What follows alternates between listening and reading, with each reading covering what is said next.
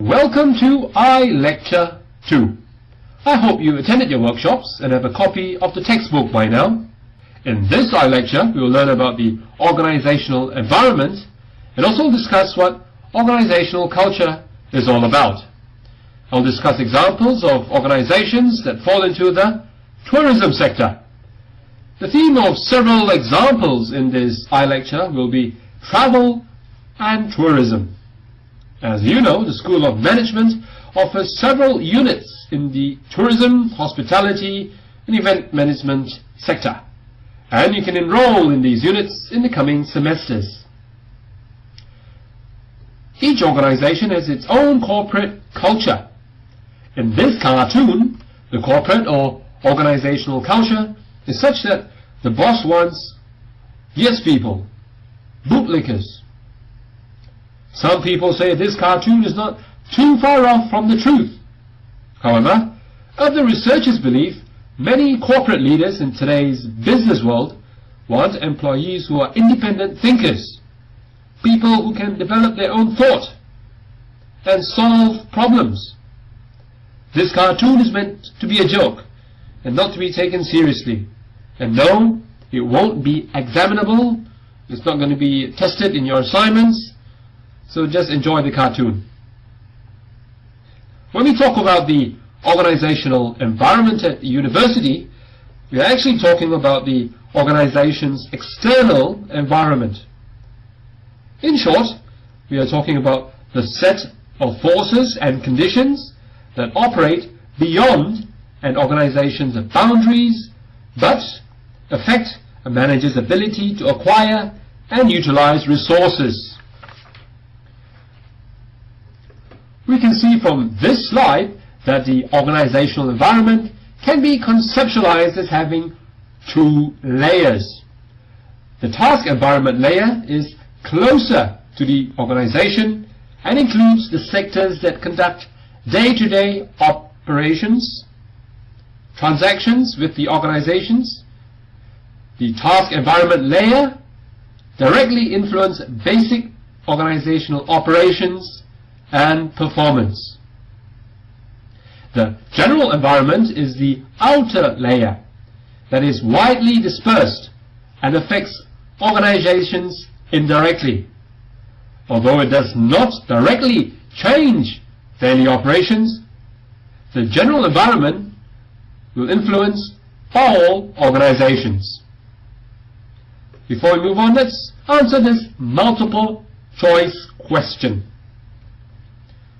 The organizational environment is defined as, is it A, the internal and external conditions that permeate an organization's boundaries, which affect the manager's ability to acquire and utilize resources? Is it B, those organic and inorganic physical conditions that mark the external boundary of the organization? Is it C, those organic and inorganic physical conditions that delineate managerial concerns from wider societal concerns? Or is it D, the set of forces and conditions that operate beyond an organization's boundaries but affect the manager's ability to acquire and utilize resources? Correct answer to this question is D. Let's move on and talk about the task environment in more detail. The task environment is a set of forces and conditions that originate with suppliers, distributors, customers, and competitors. These forces and conditions affect an organization's ability to obtain inputs and dispose of its outputs. Can you please name an organization that you think could be a supplier to the airline Virgin Blue that's now rebranded itself? It's now known as Virgin Australia. Can you describe an example of a distributor of Virgin Australia's products? No. Please describe an example of a customer of Virgin Australia. Here's an easy one. Please describe an example of a competitor to Virgin Australia? I want you to write down your answers on a sheet of paper. I'll give you a few moments. Now, please listen carefully as I will now discuss the task environment in more detail and share with you my examples of who could be Virgin Australia's supplier, distributor, customer and competitor. It will be fun to see if we come up with the same answers. Let's talk about suppliers. Suppliers are individuals and companies that provide an organization with the input resources that it needs to produce goods and services. Now looking at the airline Virgin Australia, an example of a supplier to the airline could be the Boeing or Airbus corporations. There are basically two large corporations in the world that manufacture commercial aeroplanes, and Virgin Australia would most probably purchase the aircraft from either Boeing or Airbus. Now, here's a question for you. What kind of bargaining power do you think Virgin Australia has over its aircraft suppliers, Boeing and Airbus? Remember, there are only two suppliers to choose from. So, Virgin Australia's bargaining power would be weak. If an organization has many suppliers for a particular input, then it would be in a strong bargaining position. Why? Well, because it can choose to do business with many other firms. If one firm chooses to, for example, raise its price. So, a firm with many suppliers can drive a hard bargain and ask their suppliers to lower their prices while at the same time demand high quality products. Distributors are organizations that help other organizations sell their goods and services to customers. Looking at Virgin Australia, an example of a distributor could include Flight Centre, or Harvey World Travel, or SDA Travel. They've got a outlet here on campus, or bestflights.com.au, or zuchi.com.au. How many of you have booked air tickets on these websites? Well, if you love traveling, you may decide to study tourism, hospitality and events management units at the School of Management, and you may end up working in one of these organizations.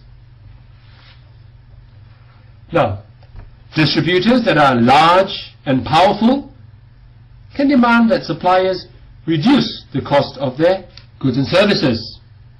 So, for example, if Flight Centre qualifies as being large and powerful, so if you're large and powerful, you could say to Virgin Australia, hey, please reduce your ticket prices if you want me to continue selling your air tickets because they're getting too expensive. I want you to lower your air ticket prices.